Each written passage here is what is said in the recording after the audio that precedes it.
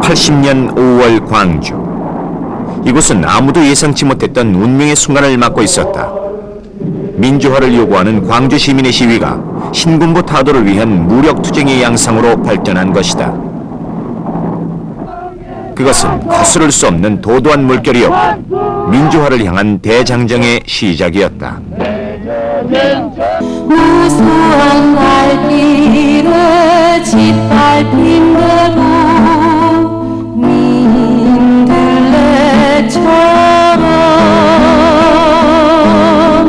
모질고 모진 이 생존의 땅에 내가 가야 할 저 투쟁의 길에 온몸 부딪히며 살아야 한다. 민들레 독재 타도와 민주화. 5월 광주가 던진 이 과제는 80년대를 이끌어간 화두였고 젊음을 걸어야 하는 목표였다. 수많은 사람들이 민주화의 재단에 자신의 생명을 기꺼이 던졌고 그 희생을 통해 꺼져가던 불꽃은 다시 일어났다. 너는 들불과 우러져 거침없이 피어나는 민들레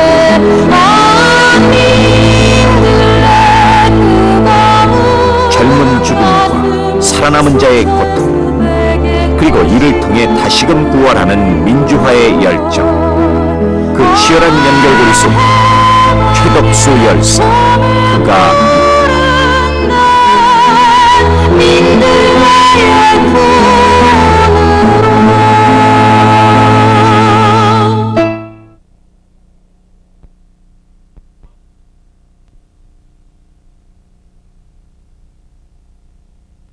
오월항쟁 계승하여 군부독재 타도하자. 광주항쟁 진상규명 국토권을 발동하라. 축제가 한창이던 캠퍼스에 결의의 첫 목소리가 울려 퍼졌다. 사람들의 가슴에 한 줄기 섬광처럼 내리꽂힌 그 외침은 그러나 곧 불길 속으로 사라졌다. 분신이었다.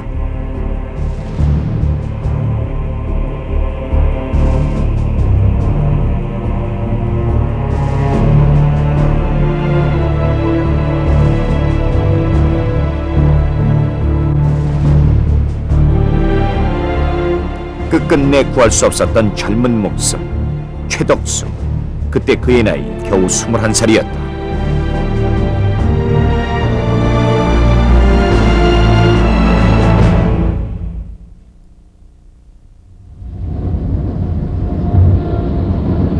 그로부터 11년 후 5월은 여전히 화사한 모습이다.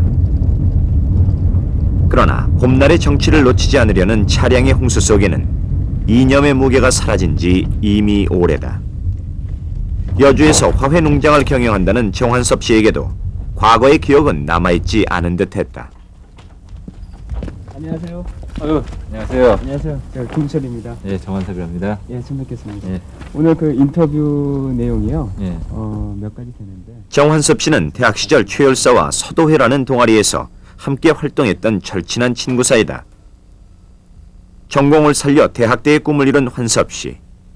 그는 최열사가 분신 사실을 알렸던 유일한 사람이기도 하다.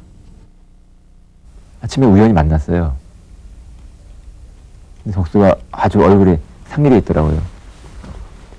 오늘 분신한다고. 저는 뭐 주위에 뭐 친구들도 없었고 그냥 뭐 재차 방문할 정도로 그런 뭐 마음가짐이라든가 그런 경황이 없더라고요. 난생 친구 입에서 자기 자신이 분신한다는 말 들었을 때는 뭐 한데 얻어맞는 기분 같기도 하고 뭐 정신이 뭐 다른 생각이 없었어요.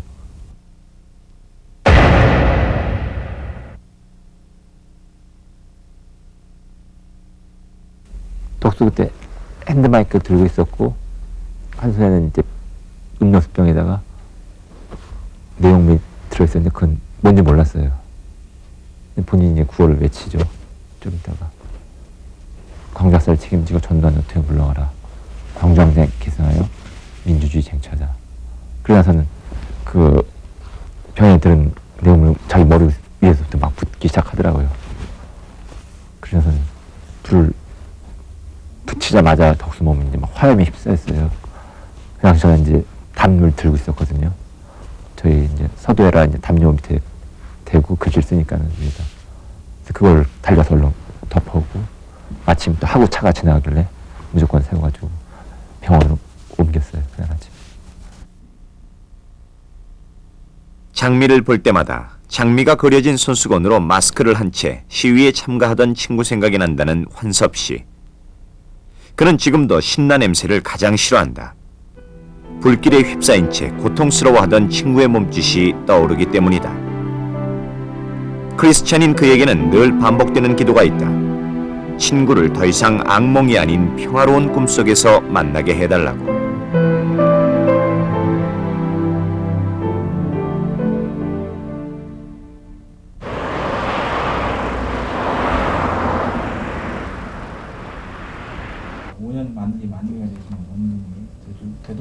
자동차 보험료가 다른 분들 오히려 내렸는데 보험 외판으로 살아가는 김광훈 씨. 친구의 분신이 있기 전까지 그의 꿈은 판사였다. 일단 종합보험을 친구가 그렇게 가버린 후 죄책감으로 휴학까지 했던 광훈 씨가 그 처절한 고통에서 벗어나기 위해 선택한 길은 노동운동이었다. 지금은 결혼 후 가정 형편상 잠시 외유 중이지만 그는 지난 11년간 고집스럽게 이 길을 지켜왔다.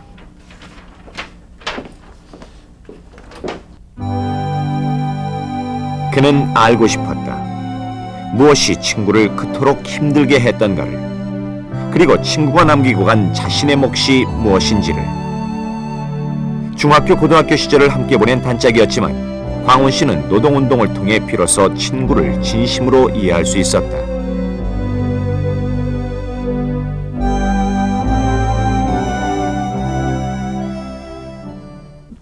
적극적이고 그다음에 뭐 털털하다 그럴까.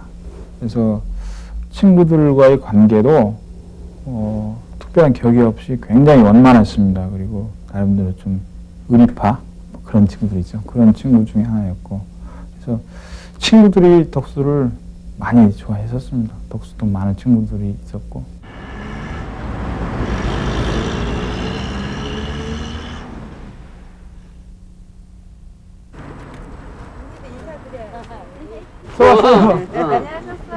아유, 어머니 건강하시죠? 최열사 부모님을 찾아뵙는 일도 광훈 씨의 중요한 일상이다. 안녕하세요. 누나 욕 봤다? 예, 안녕. 할아버지한테도 인사. 안녕히 봐. 저희 한번 식당 잘 되고요. 식당은 식당은 괜찮으세요? 선전은 되니까. 자식들의 봉양이나 받을 나이에 선소 식당 일로 생계를 꾸려가는 두 분을 뵐 때마다 광훈 씨는 면목이 서지 않는다. 술도 많이 드세요? 아, 여전하지? 약국뿐이요. 아니, 조금씩 드셔야죠. 들어가죠. 아버지 절 받으세요. 덕수가 살았으면 저런 모습이겠지. 아버지는 비명이가 아들 때문에 지금도 술 없이는 잠들지 못한다. 예. 아버지 건강하시죠? 진배. 아갔지 뭐. 하늘이 엄마하고 같이 거기 갔었어. 그냥 그 시작은 요. 성격이 소탈하고 정이 많아 사랑이 유난했던 아들. 부모가 죽으면 산에 묻고 자식이 죽으면 가슴에 묻는다는 옛말이 어쩌면 그리도 가슴에 와닿는지. 광주에 일 있을 때는 하니까. 추모에 사야 되는데 못 간다 야. 덕수 보고 가야지. 그래. 거기 앉아. 어머니는 요즘 덕수방에서 잠을 청하신다. 사진으로만 남은 아들의 모습. 그러나 그 모습이라도 들여다보고 말이라도 한마디 붙여보면 마음이 편해지기 때문이다. 하나 따내갖고 우리가 놔둬야 나중에 할 말이 있다고 그러더라고. 그러면 추진대로 하라고. 자취 안 시키고 하수 시키려고 한 달에 15만 원 받아갖고 내가 14만 원을 가을 손에다 쥐어줬었어. 매달 붙여주고. 이게 12만 원 밥값 주고 2만 원 갖고 지가 생활한 거야. 용돈을 한 달 쓴 거야. 그게 제일로 가슴이 아파. 돈 2만 원 갖고 그 용돈 쓴 것이 그렇게 마음이 아파. 부모 희망 현재 하고 나가는데 보면 그때도 돈 2만 원이 돈이 안 있었거든. 그때는 뭐다 없으니까 엄마 저거 줄게 먹고 저거 그걸 내가 못 사줬어. 탁 침대에다 밥만 퍼주고 있지. 그런 것을 지대로 먹고 고기 한 그릇 싸면 식구가 많아지고 그러니까 그쪽에서 거시기면 가라고 게 학교 가서 입고 오면 어쩌다가 와서 그냥 친구도 와서 그냥 밥 줄게 먹고 그냥 가버린 게. 이 국민학교 쪽 그때는 참 곤란했어요 우리가. 저 그러면 그 거시기서 이제 그냥 김치하고 밥 먹으면 어쩌다 그냥 거시기 하면 그냥 도나스 같은 거 닭도리 땅을 그렇게 좋아해. 그런 거 위해서 죽었는데 그렇게 하고 살았으니까 참 작게요 애기가. 이게 죽었어도 지가 영혼이 있다 그러면 엄마 아빠를 못 잊을 거야. 지가 그렇게 하고 살았어. 가난한 형편 속에서도 수제 소리를 들을 만큼 공부를 잘했던 아들은 가족의 희망이었다. 못 배우고 가난해서 그저 먹고 사는 일이 급급했던 아버지와 달리 뜻대로 꿈을 펼치며 살아가기를 바랬던 아들. 아버지는 지금도 덕수의 죽음이 믿기지 않는다.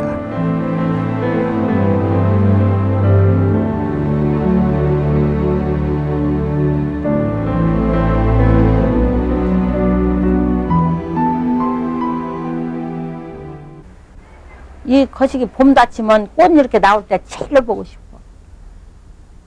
이제 교도소가 많이 들었잖아. 그것도 이제 내가 보러 가지. 그러면 내가 가들 보고 그래. 너희들은 명의 치러서 이렇게 있으니까 하나 하지 말고 있거라. 나는 그게 제일 원이다. 한쪽 다리가 없고 불고자가 돼서 살았기만 하면 내가 살겠다 이 말이야. 무엇이 급해서 말 한마디 못하고 떠나갔는지 처음에는 아들을 원망도 했었다. 그러나 지금 어머니는 유가족 협의회의 맹렬 회원으로 활발히 활동 중이다. 그렇다고 이제 아들의 죽음을 받아들이고 이해하게 됐다는 의미는 아니다. 다시는 자신의 아들과 같은 죽음이 없어야 하기 때문이다.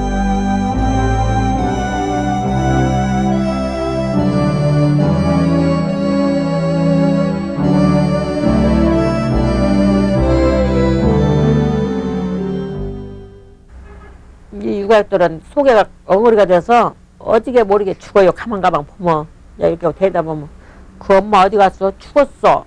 그러면 이제 그만 설레고 울어요. 우리도 그 길이 그딱 곧당 걷다는 것을 생각하면 운다고.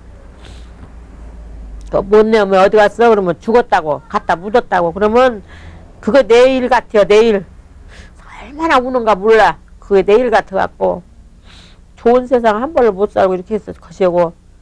이게 오늘이라도 죽으면 자식만 보고 같이 된다면 죽겠어. 근데 그게 지리다 무슨 뭐 안 본다네. 야, 이 가심이 아플 때는 꿈이라도 소문이라도 이렇게 되더라. 덕수야, 엄마 좋게 보고 싶은 게 좋게 되더라. 안 보여. 꿈은 안 보여.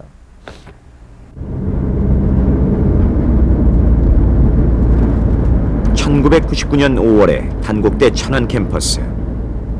지난날 그 뜨거웠던 민주화 투쟁의 열기가 완전히 사라진 모교 교정에는 어머니의 꿈에조차 나타나지 않는 최열사의 흔적이 남아있었다.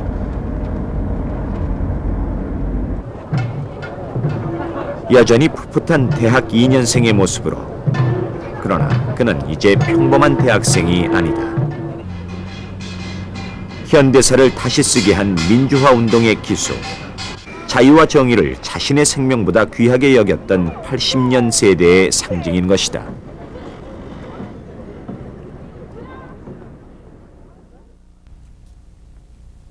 (87년) 고등학교를 졸업한 최덕수 열사는 단국대 천안 캠퍼스 법학과에 차석으로 입학한다.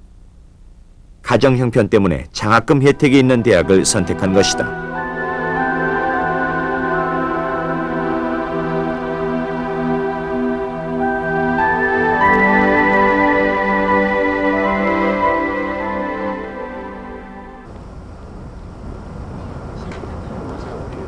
입학 당시만 해도 최 열사는 사법시험을 목표로 법조문과 씨름하는 평범한 법학도였다. 그리고 그가 추구하는 건 역시 법정에서의 정의였다. 그러나 87년 가을, 그는 법정 밖에서 자신의 정의로움을 기꺼이 시험했다.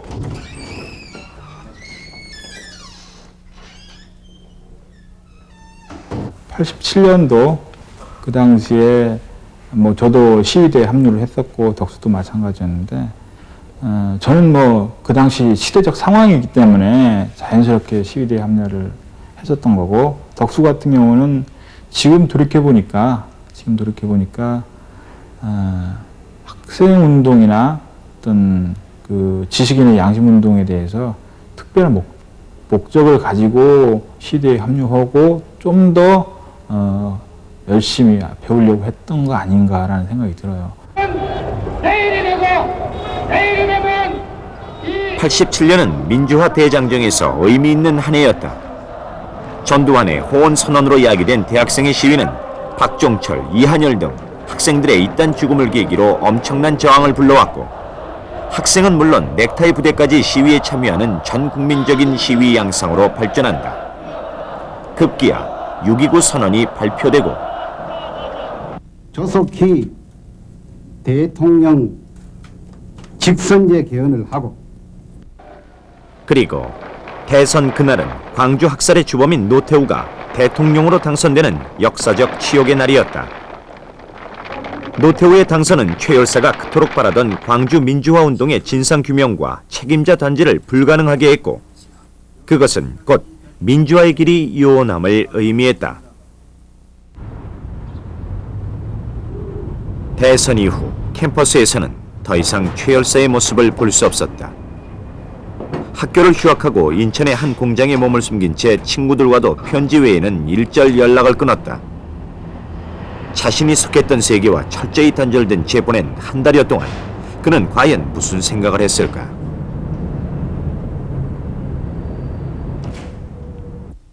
소외된 그런 그 계층들을 선도한다라는 그런 어떤 인텔리적인 의식들이 많았기 때문에 그런 측면들을 좀 어느 정도 극복하기 위해서 공장 활동을 택했다라고 좀 볼 수가 있겠고, 공장 생활을 표현하면서 노동자들의 어떤 삶의 모습, 더불어서 자신의 부모님들의 어떤 삶의 모습들을 표현하면서 약간은 비판적인 것들과 약간의 문제의식을 던지는 듯한 그런 편지를 저한테 보내왔었습니다.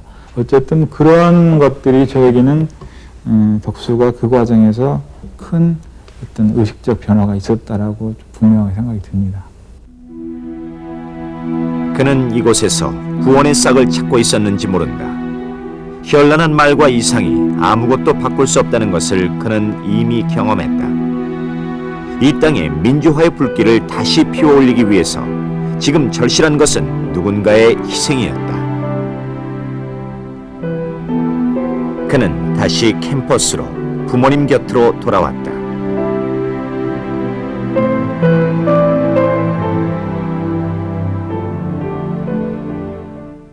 항시 전화만 오면 내가 그랬지. 덕수야, 너는 딴 사람 안 같아. 데모지 마이? 응, 안 올게. 안 해, 어머니 데모 안 해. 그렇게 하루에 어느 날 그렇게 전화가 왔더라고. 그저께 왔다 갔으면 꽃이 모종을 와서 제가 아버지가 떼하고 갔어. 고생하는 부모님을 위해 고추 모종을 옮기듯 그는 세상을 위해 자신이 할 수 있는 마지막 일을 하려고 했다.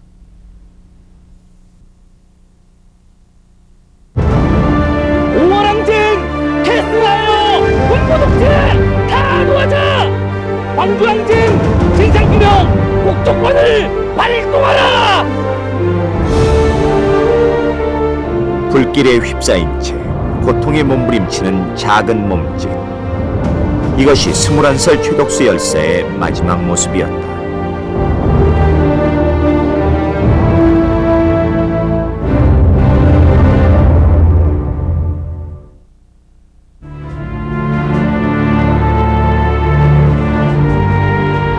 분신 9일 만인 5월 26일, 가족과 친구들이 지켜보는 가운데 최 열사는 짧았던 생을 마쳤다.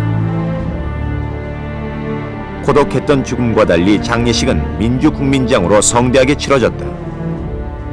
그가 감당했던 고통의 무게만큼이나 침통했던 장례식.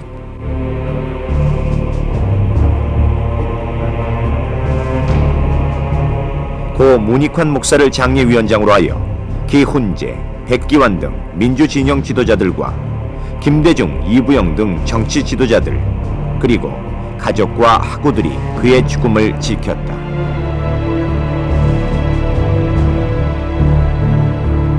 그것은 단지 죽은 자에 대한 의례적인 절차만은 아니었다. 그의 신념과 용기에 바치는 존경이었고 그 뜻을 잊지 않겠다는 다짐이기도 했다. 그는 그렇게 떠나갔다. 세월 속에서 자신의 신념이 서서히 꺾여가는 모습을 지켜보기보다는 가장 순수하고 진실한 한순간을 선택한 것이다.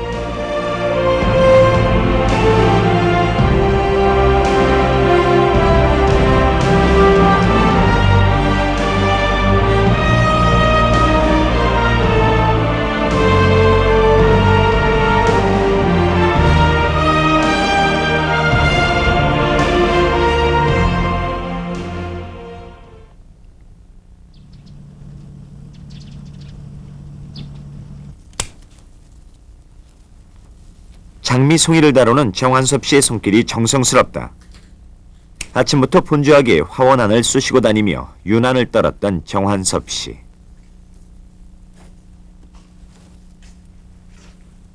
그렇게 고르고 골라 뽑은 가장 붉고 가장 싱싱한 이 장미는 가슴에 남아있는 한 친구의 몫이다. 광운 씨네도 아침부터 외출 준비로 분주하다. 언제나 바쁜 아빠와의 나들이에 아이는 무작정 신이 나지만 광운 씨의 마음은 이미 다른 곳에 가 있다.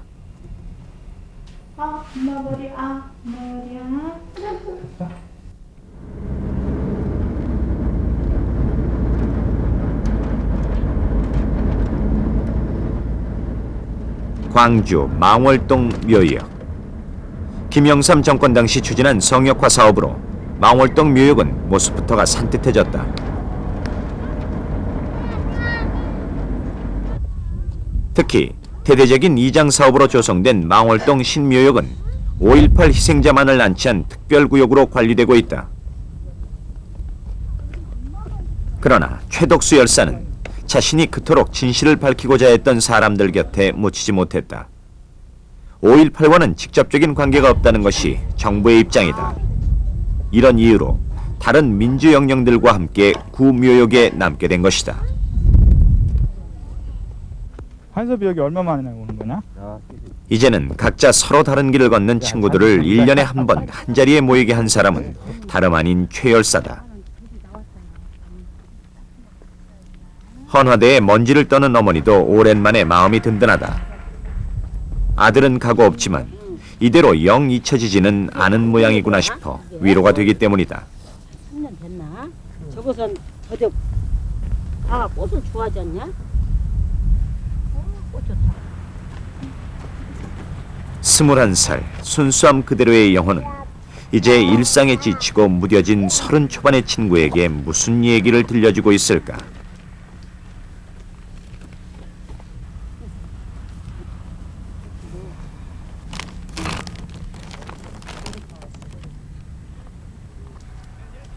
지치지 말고 살라고. 살아남은 자에게는 그 나름의 몫이 있는 거라고 그렇게 당부하지 않을까. 눈물 없이 아들을 바라볼 수 있게 된 어머니와 20대를 피멍울로 얼룩진 채 보냈던 친구에게 최 열사는 이제 살아갈 이유가 되고 있는 것이다.